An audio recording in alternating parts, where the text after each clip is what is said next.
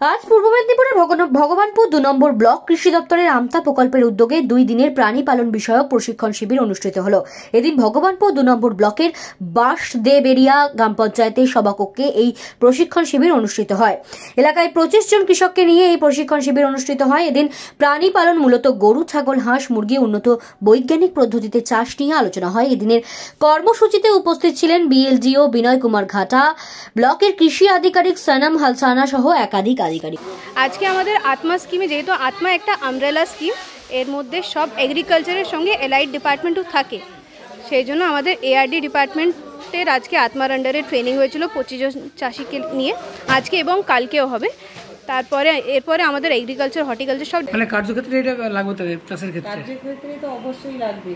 মানে আমরা তো আমাদের গ্রাম পঞ্চায়েত মানে পাড়া গাঁয়ের মানুষ, তো তাদের এই করেই জীবিকা নির্বাহ করে।